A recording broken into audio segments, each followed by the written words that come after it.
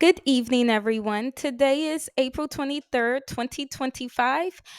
You are listening to The Jenny Show, and we have two interesting stories for you today. First, a black father, a realtor, a community man, Ronald Dumas Jr., vanished in December. At first, it looked like a mystery, but now we know it wasn't just a disappearance, it was an abduction. And what's worse, it took months for anyone to treat it that way. Today on The Jenny Show, we're breaking down what happened to Ronald and why this case reveals a bigger systemic problem when black men go missing in America.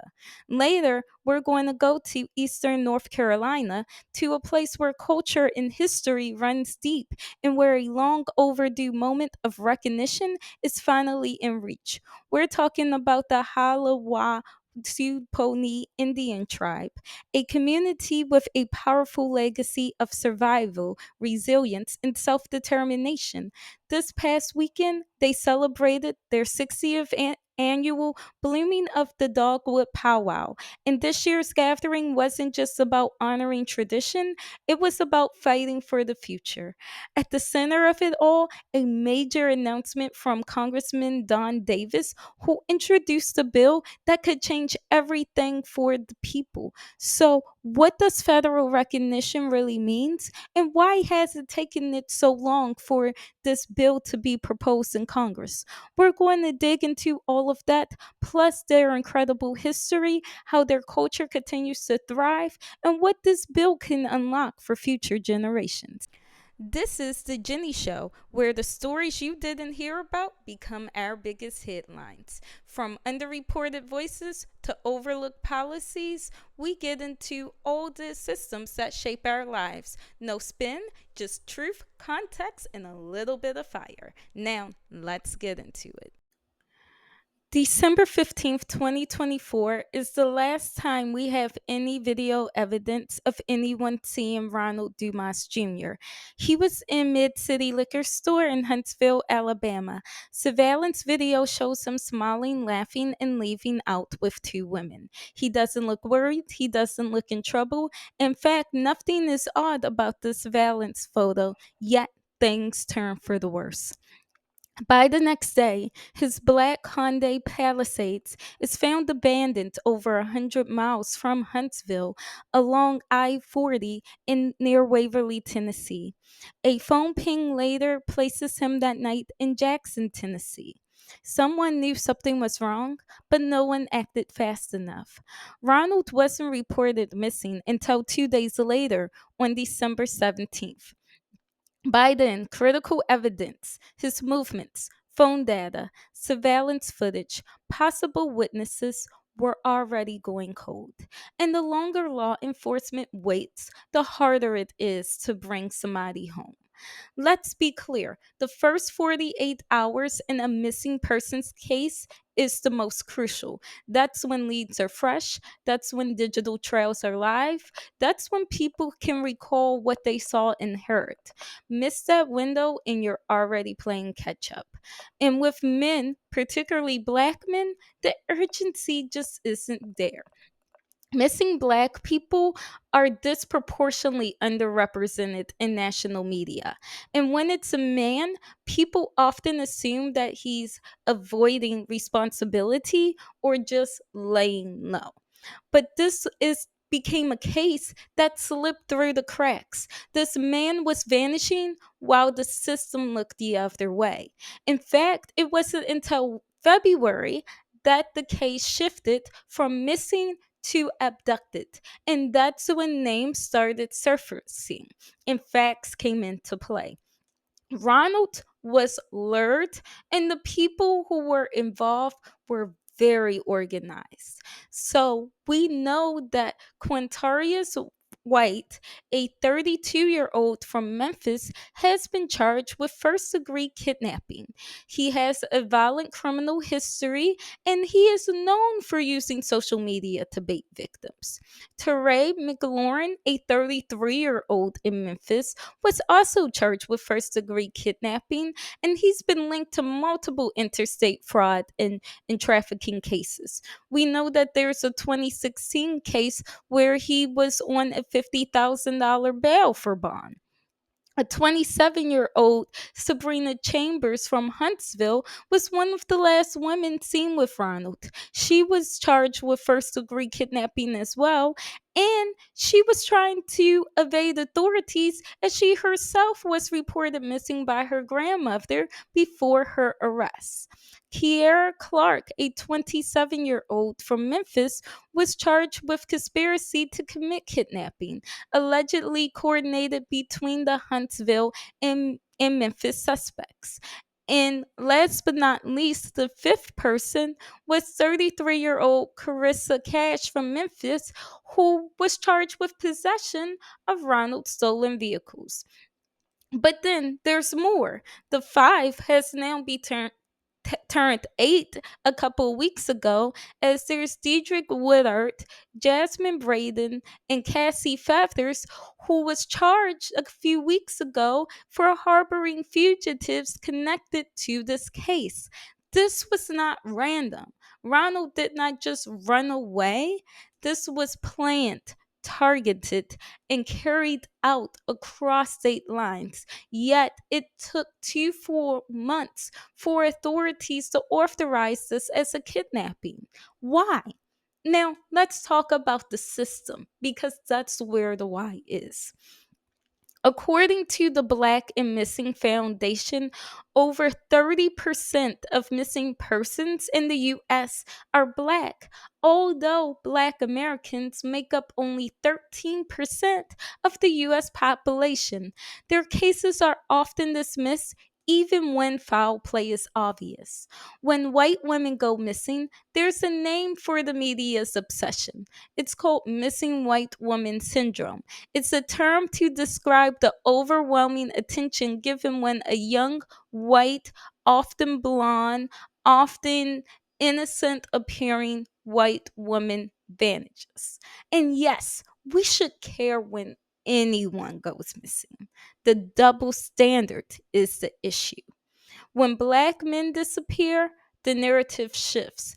It goes to they're probably running away from something. They don't want to be found. They're abandoning their responsibility. That assumption delayed Ronald's case. It delays countless others.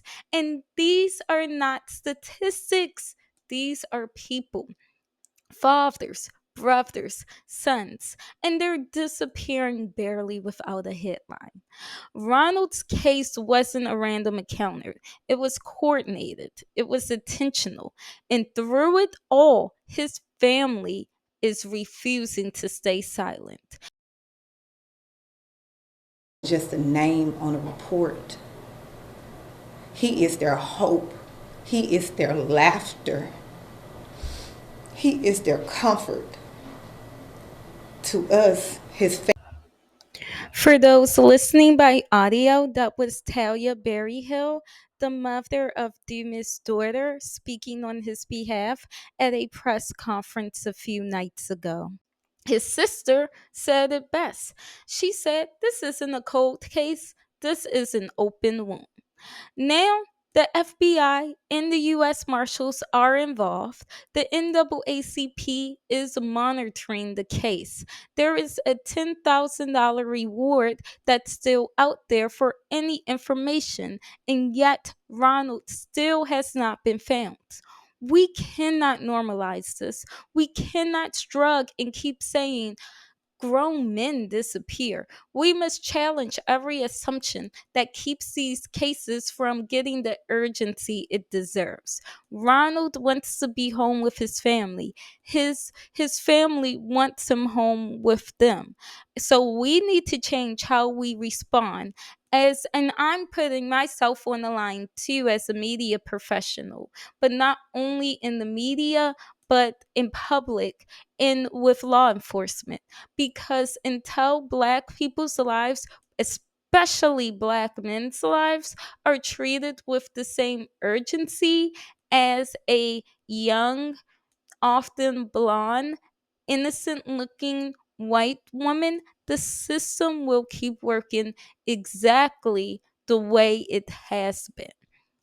With that, if you have any information or know any leads about the Ronald Dumas case, please contact investigator Stephen Gibbs at 256 427 5448. The number is up on the screen. Or submit an anonymous tip to Crime Stoppers at 256 532 7463. And for our second story, let's talk about this legislation that is beneficial to the Haliwa-Saponi people down in North Carolina. So, over this past weekend on Saturday, April 19th, Congressman Don Davis stood along tribal leaders, citizens, and family in Hollister, North Carolina for the 60th annual Haliwa-Saponi Blooming of the Dogwood Powwow. This powwow is more than a celebration, it's a living tradition and a powerful reminder of the enduring strength, culture, and spirit of the Haliwa-Saponi people. At the powwow, surrounded by dancers and regalia, and the steady beat of traditional drums, Congressman Davis ceremonially signed a copy of the bill and presented to Chief Dr. Ogletree Richardson, reaffirming his commitment to honor their legacy. He told the crowd, and I quote, the Haliwa-Saponi Indian tribe deserves federal recognition, and we must respect their deeply rooted heritage and vibrant traditions. We must validate their historical significance and pay tribute to their ongoing contributions. Their rich legacy, intertwined with incredible ancestral stories, truly merits the honor of federal recognition. Powerful words, and hopefully a step towards lasting change. It also sets the stage for what may become a turning point in the tribe's long journey towards recognition. Now, before we move on, I want to take a moment to honor the legacy of the Haliwa Suponi people because understanding their past is key to understanding why this fight for federal recognition is so important.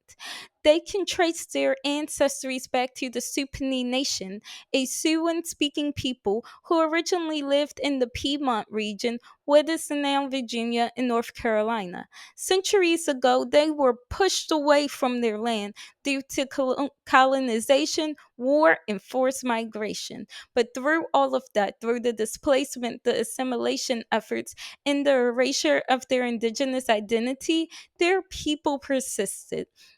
By the late 1700s and early 1800s, many of the Supani families had settled into the area of what is Halifax and Warren counties, which is how the modern day Halawa name came to be. Halawa is a combination of Fairfax and Warren, and Supani, of course, is in honor of their original nationhood. They formed a close knit rural community. They built their own schools, they held on to their traditions, and they passed down their language, crafts, and spiritual beliefs across generations, often in secret, often without institutional support, and sometimes even in defiance of laws that sought to erase their native identity. One of the things that stand out most about their commitment is their commitment to education and self-governance. In the 1950s, the Halawi Supani opened their own tribal school, educating the children in a time when segregation and exclusion was the norm. That school became a hub for cultural preservation, a place where the community could learn about their history, their rights, and their future. Today, the Haliwa-Saponi are recognized by the state of North Carolina, but not by the federal government, meaning that everything they've done with limited resources, without the protection or benefits that come with full recognition. But despite that, the Haliwa-Saponi continue to thrive. Their tribal enrollment is over 4,000 members. Their powwow, which is held every April, is one of the longest traditions running in the Southeast. And their contributions to art, education, public service, and cultural heritage stretch beyond the borders of their counties. So this year's gathering came with something monumental because of that historic announcement. It's called HR 2929, and it's officially known as the Haliwa-Saponi Indian Tribe of North Carolina Act, which aims to seek full federal recognition to those people. Now, if you're wondering if this impact will have real terms, federal recognition is much more than just a legal label. It's the United States officially acknowledging an indigenous nation's sovereign status, historical and continuing and political relationship with the federal government. In practical terms, it means that the tribe is treated as a nation to nation partner with rights to self govern, access to federal funding, and eligibility for critical programs through agencies like the Indian Health Service, the Bureau of Indian Affairs, and HUD, and so much more.